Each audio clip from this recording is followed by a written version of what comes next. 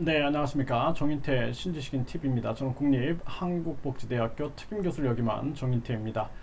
네, 창의아동 발달재활 융합적인 접근, 융합적 접근에 대해서 말씀을 드리겠습니다. 네, 융합적 접근이다라는 것은 뭐냐면은 모든 걸 융합해서 접근을 하고 있다라는 그러한 부분으로 설명을 드리는 것입니다. 일단 가장 중요한 측면들은 뭐냐면 사람의 인간의 이 발달 영역을 봤을 때 우리가 인지 정서 기억이라는 게 있어요. 그 인지 정서 기억은 인간의 뇌세포들의 활동을 통해서 만들어지고 있는 거예요. 그래서 사람의 이 뇌 안에 뇌세포가 존재하고 있는데 이 뇌세포들의 기억이 형성되어 있는 거예요. 기억. 그래서 인간의 기억은 뇌세포에 존재하고 있는 거죠. 이렇게. 그래서 뇌세포가 손상이 되면 기억이 사라지게 되죠. 네, 그래서 이 기억이 뇌세포에 존재하고 있고 이 기억을 담은 뇌세포가 뭔가 이 뇌세포 안에 컨텐츠가 있는 거예요. 정보가 있는 거예요. 정보. 이 정보가 상호작용을 하면서 생각을 만들어내는 거예요. 예를 들어서 제가 뭐라 그럴까요? 뭐 유도? 네, 유도에 대해서 정보가 있어야 돼요. 이 뇌세포에. 그래야지 그 유도에 대한 다양한 생각을 해낼 수가 있게 되는 것이죠. 그래서 유도를 평생 해온 사람들은 유도에 대한 기억이 굉장히 많기 때문에 그 유도의 기술부터 해갖고 유도의 묘미부터 해갖고 뭐 유도에 대한 올림픽에서 누가 금메달을 땄고 뭐 다양한 정보들을 가지고 생각을 해낸다라는 것이죠. 그리고 유도에 대한 다양한 감정을 느낄 수가 있는 거예요. 그래서 기억은 뇌세포에 존재하고 있고 인지와 정서는 뇌세포들의 활동으로 현재 만들어지는 것들이다라는 거예요. 그래서 우리가 중요한 측면들이 이 인지와 정서와 기억은 이것은 기초 영역이다라는 거예요. 기초 영역. 기초 영역으로서 인지와 정서와 기억이 존재하고 있는 거예요. 그래서 그 다음에 인지와 정서와 기억이 표현되는 언어 기관으로 표현되면 언어가 되는 거예요. 그래서 언어를 분석해 보면 어떻게 돼요? 언어를 분석해 보면 그 언어 속에 나의 기억과 인지와 정서가 있는 거죠. 예, 인지와 정서와 기억은 언어 속에서 드러나게 되는 거예요. 그래서 그 사람의 언어 속에 그 사람의 인지, 생각, 그 사람의 기억, 그 다음에 그 사람의 감정이 드러나게 되는 거죠. 언어 속에. 그쵸? 그 다음에 행동을 보면 어떻게 돼요? 행동 속에 그 사람의 인지, 생각, 기억, 그리고 그 사람의 이 감정, 정서 등이 드러나게 되는 거예요. 그래서 인지와 정서와 기억이 드러나게 된다는 거예요. 행동으로. 그쵸? 그래서 행동의 구성 요소가, 심리적 구성 요소가 인지, 정서, 기억이 되는 거예요. 언어의 심리적 구성 요소가 인지, 정서, 기억이 되는 것입니다. 그렇기 때문에 우리가 언어 심리학을 말할 수 있고 행동 심리학을 말할 수가 있는 거예요. 이해되시겠죠? 그래서 우리가 이 프로이드 같은 경우에는 인간의 기억 중에 잠재적 기억을 가지고 무의식이라고 얘기를 한 거예요. 무의식. 그쵸?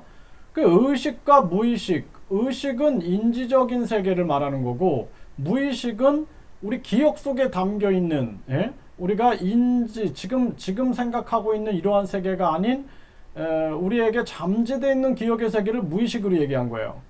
그리고 이제 프로이드의 제자인 융은 이 집단 무의식을 얘기한 거죠. 집단 무의식. 그래서 이 집단이 가지고 있는 무의식에 굉장히 많은 초점을 가지고 있는데 사실상 인간의 뇌 안에는 본능적 기억이 다 있는 거예요. 딱따구리가 제가 이렇게 산책하다 보면 딱따구리를 많이 만나는데 이 딱따구리가 벽에 그 나무에 딱 달라붙어 갖고 이렇게 쪼고 있는데 그 모습을 보면 참 신기해요. 그게 이제 그 다 뇌 안에 본능적 기억으로 형성되어 있는 거죠. 이러한 부분들을 가지고 우리가 또는 이제 이 기억은 우리가 생각한 것도 기억되고 우리가 감정으로 느낀 것도 기억되고 눈, 귀, 코, 여 온몸의 피부로 느낀 것도 다 기억되는 거예요. 그래서 우리가 지금 내가 어떤 그 인지, 내가 생각을 할 때 동원되고 있는 기억들은 우리가 인지에 동원된 기억들이고, 그리고 내가 지금 생각을 하는데 잘 어떤 뇌세포들의 연결이 잘 미치지 못해서 하지만 존재하고 있는 이런 걸 무의식으로 본 거예요. 그래서 까마득하게 잊고 있었는데 옛날에 어떤 물건, 내가 옛날에 자주 쓰던 핸드폰, 그 물건을 딱 보는 순간 옛날 추억이 탁 떠오르는 경우가 있단 말이에요. 그쵸? 그때 뇌세포들이 연결되면서 기억이 형성이 되는 거죠. 그래서 인지와 정서와 기억은 이렇게 하나로 연결되어서 상호작용하고 있다. 이걸 제가 계속 설명을 드리는 거예요. 인지와 정서와 기억은 하나로 연결되어서 상호작용하고 있다. 그쵸? 그리고 이 인지와 정서와 기억은 이거는 인간의 구성 요소 중에 기초 영역에 해당하고 이것이 드러나는 게 언어와 행동이다. 그쵸? 그래서 이 심리학자들이 인간의 이 기억의 무의식의 세계에 집중했던 프로이드나 융, 그쵸? 이런 사람들은 이 무의식의 세계에 굉장히 많은 관심을 가졌던 것이고, 프로이드의 제자였던 아들러는 좀 이제 프로이드하고 관계가 안 좋아지면서 개인 심리학을 얘기하는 거예요. 개인 심리학. 개인 심리학의 세계에서 가장 중요한 것은 뭘 의식 무의식 자꾸 이렇게 나누냐, 다 하나로 연결돼 있다, 이렇게 얘기한 거죠. 가장 중요한 것은 상호작용이다. 상호작용, 사람과의 상호작용, 이러한 얘기들을 한 거죠. 그러니까 그러면은 이 사회성이라는 측면은 뭐예요? 사회성은 최고의 영역이 되는 거예요. 왜냐하면 다른 사람들과 상호작용을 할 때 보면은 어때요? 여기 언어가 동원되고 행동이 동원되는 거예요. 표정이 동원되는 거예요. 근데 언어와 행동에는 인지정서 기억이 있는 거죠. 우리가 생각만, 내면적으로 생각만 하고 있으면 어때요? 다른 사람들과 소통이 안 되죠. 그러니까 언어와 행동을 이용해서 또 다른 사람들의 심리, 그러니까 다른 사람들의 생각과 감정을 이해하고 배려하면서 상호작용하고 있는 상태가, 그게 사회성이다라는 거죠. 사회성. 그래서 우리가 이 심리적인 영역에서도 보면은 이러한 프로이드의 정신분석학이라든지 융의 분석심리학이라든지 아들러의 개인심리학이라든지 이런데 반해서 이제 인간에게 보여주는 행동심리학이 등장하게 되는 거예요. 근데 이 행동심리학이 굉장히 뭐 고전적 조건화라든지 조작적 조건화도 보면은 동물 실험으로 이루어지니까 좀 비인간적이잖아요. 그러니까 다시 인간으로 돌아와서 인간의 인지적인 영역, 그래서 인본주의 심리학이 나오는 거예요. 그래서 인간의 생각을 존중하고 내담자를 존중하는 인지치료, 인지심리학이 등장하게 되는 거예요. 그런데 연구를 하다 보면 어떻게 돼요? 그 사실상 뭐 정서 중심 치료도 그렇고 이게 다 연결되어 있단 말이에요. 연결되어 있으니까 요즘에는 인지행동치료, 합리적 인지행동치료, 이런 얘기를 하게 되는 거예요. 이해되시겠죠? 그러니까 언어치료, 행동치료, 인지치료, 정서치료, 이런 정신분석치료, 이런 게 다 연결되어 있는 거예요. 그리고 사회성, 아까 아들러가 사회적 관계, 상호작용이 중요하다. 이 사회성이라는 것은 어때요? 이 사회의 그 문화적인 심리가 존재하고 있죠. 집단적인 심리가 존재하고 있어요. 그렇죠? 그리고 그 시대의 심리가 존재하고 있어요. 시대. 그 우리가 시대 정신이라고 많이 이야기하죠. 네, 또 역사적 심리, 시대적 역사적 심리가 존재하고 있어요.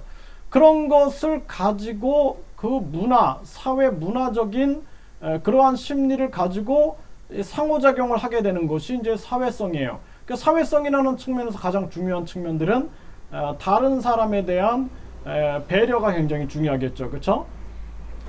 그래서 우리가 심리치료라는 거와 발달 재활은 다른 거예요. 그러니까 심리치료는 뭐 예를 들어서 우리가 우울증이 있다. 그래서 우리가 기분장애 중에 조증 상태에 있다. 기분이 굉장히 업돼 있는 거죠. 또 우울증에 있다. 기분이 다운돼 있어요. 조울증이 있다. 예?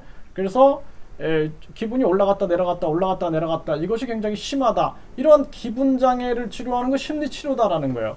또 불안장애, 굉장히 어떤 그 공황장애 같은 불안을 느낀다. 불안장애가 있는 사람이 있어요. 좁은 공간 또는 사람과 대인관계에 대한 불안, 또는 어떤 발표를 한다든지 뭔가 많은 사람들에게 관심을 받는 거에 대한 불안감을 가지고 있는 사람들이 있어요.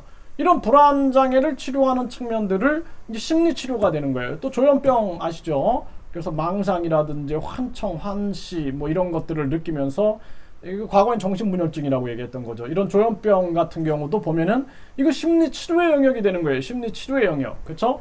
또 우리가 성격장애, 반사회적 성격장애라든지 또는 우리가 뭐 사이코패스라든지 또는 뭐 소시오패스라든지 나르시시스트라든지, 그러니까 이 자기애성 성격장애나 각종 반사회적 인격장애라든지 우리가 편집증 아시죠? 그렇죠? 뭔가에 굉장히 집착돼 있고 강박장애, 뭔가 짜여진 그 강박 상황 속에서의 아주 그 심리적인 압박감을 느끼고 있는 이런 강박장애, 이러한 부분들을 우리가 치료해 나가는 것이 이제 심리치료다라는 거예요. 그 심리치료에서도 우리는 융합을 이야기할 수가 있는 거예요. 융합적인 접근을 얘기할 수가 있는 거고, 발달 재활이라는 것은 아주 발달 현실에 직시해야 되는 거예요. 예? 환상에 빠지면 안 되는 거예요. 그래서 우리가 프로이드나 융이라든지 이러한 무의식, 집단 무의식을 이야기한 그들이 말하는 어떤 심리적인 원형의 상태라든지 이러한 세계들이 비판을 받는 건 뭐예요? 굉장히 신비주의적이다라는 거예요. 신비주의적. 그러니까 우리 눈앞에 보이는 행동을 가지고 얘기하자 하면서 행동심리가 등장을 하게 되는 것이죠. 그런데 이제 MBPA 과학은 모든 게 다 하나로 연결되어 있기 때문에 이것을 융합적으로 접근해야 된다라는 것을 설명한 거죠. 그러니까 명확성을 추구하고 있는 거예요. 자명함. 그러니까 자명함이라는 건 뭐예요? 누가 설명하지 않더라도 그냥 스스로 알게 되는 거예요.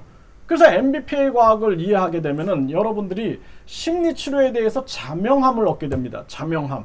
예? 그냥 알게 돼요. 예?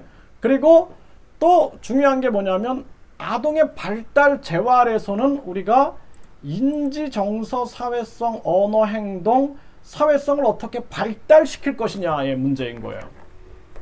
그러니까 발달 장애는 뭐예요? 아니, 7살인데 12개월 수준에 지금 있는 거야. 인지, 정서, 사회성, 언어, 행동이.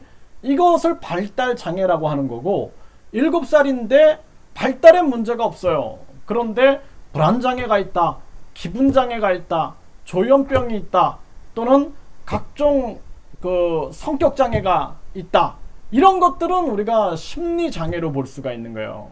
그래서 그러한 심리 장애는 심리 치료의 대상이 되는 거예요. 근데 어떤 아이들 보면은 심리 장애와 발달 장애를 같이 갖고 있는 거예요. 그럼 그런 아이들은 우리가 심리 장애와 그리고 발달 재활을, 심리 치료와 발달 재활을 병행해 줘야겠죠. 그렇죠? 이런 것이 굉장히 중요한 개념이다라는 것입니다. 그래서 많은 사람들이 심리 치료와 이 발달 재활을 혼돈하는 경우가 있고, 그래서 양쪽을 우리가 명확하게 알아야 되고 그 접근에서도 융합적으로 접근해야 된다라는 거예요. 예를 들어서 심리 치료를 전개한다 그럴 때 저 아이는 발달에 문제가 없는데 굉장히 어떤 놀이를 좋아해. 그럼 놀이 심리 치료로 접근하는 게 좋겠죠?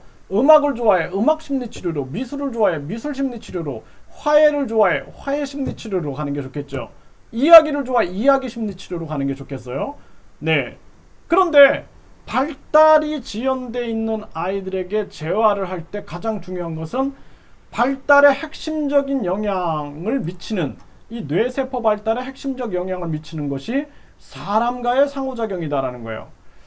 우리가 왜 소크라테스가 제자들에게 계속 질문을 던지고 상호작용을 하거든요. 그러면서 그 의식을 발달시켜 나간단 말이에요.